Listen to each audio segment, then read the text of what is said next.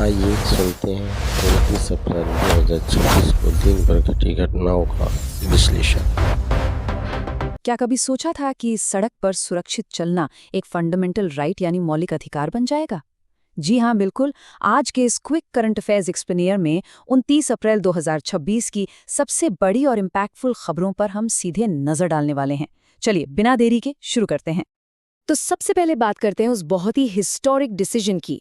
Phalodi accident case का हवाला देते हुए सुप्रीम कोर्ट ने एकदम साफ कर दिया है कि सेफ रोड ट्रैवल अब आर्टिकल 21 के तहत राइट टू लाइफ का ही एक हिस्सा है। मतलब अब सड़क दुर्घटनाओं को रोकना सिर्फ एक कोशिश नहीं, बल्कि सरकार की सख्त लीगल रिस्पॉन्सिबिलिटी बन गई है। ये सच में एक बहुत बड़ा गेम चेंजर है। अब इंटरनेशनल डिप्लोमेसी की बात करें तो भारत को एक बहुत बड़ी कूटनीतिक जीत हासिल हुई है। जॉर्डन ने अब भारत के ISA, CDRI और ग्लोबल बायोफ्यूल अलायंस को ज्वाइन कर लिया है। इसका स्ट्रेटेजिक टारगेट क्या है? 2030 तक अपनी 50% बिजली रिन्यूएबल सोर्सेज से पैदा करना और इंपोर्ट पर डिपेंडेंसी को कम करना। ये क्लाइमेट चेंज के खिलाफ एक बहुत ही स्ट्रॉन्ग स्टेप है। जरा 11,000 मेगावाट के इस विशाल आंकड़े पर गौर करें। ये कोई छोटा मोटा नंबर नहीं है। ये अरुणाचल प्रदेश में बन रहे सियांग अपर मल्टीपर्पज प्रोजेक्ट की कैपेसिटी है।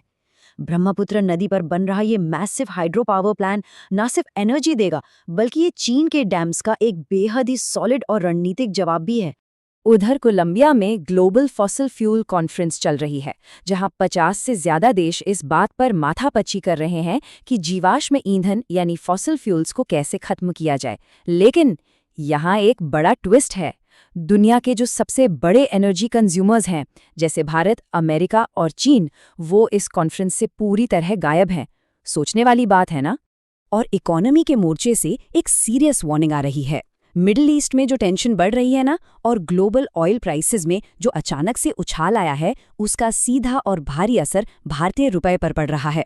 चूंकि तेल के आयात पर हमारी निर्भरता बहुत ज्यादा है, इसलिए रुपए पर भारी दबाव बन रहा है और जाहिर है इससे आने वाले दिनों में महंगाई बढ़ने का खतरा भी मंडरा रहा है।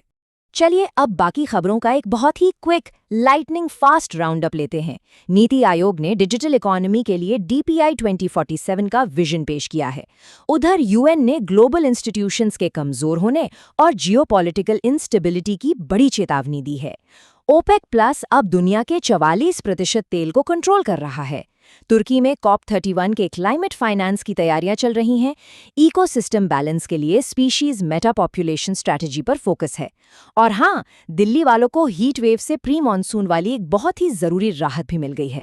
तो ये तेजी से बदलते हुए जियोपॉलिटिकल और इकोनॉमिक हालात आने वाले कल की अर्थव्यवस्था को आखिर कैसे आकार देंगे? क्या ये नए संकट लेकर आएंगे या फिर कोई नया अवसर?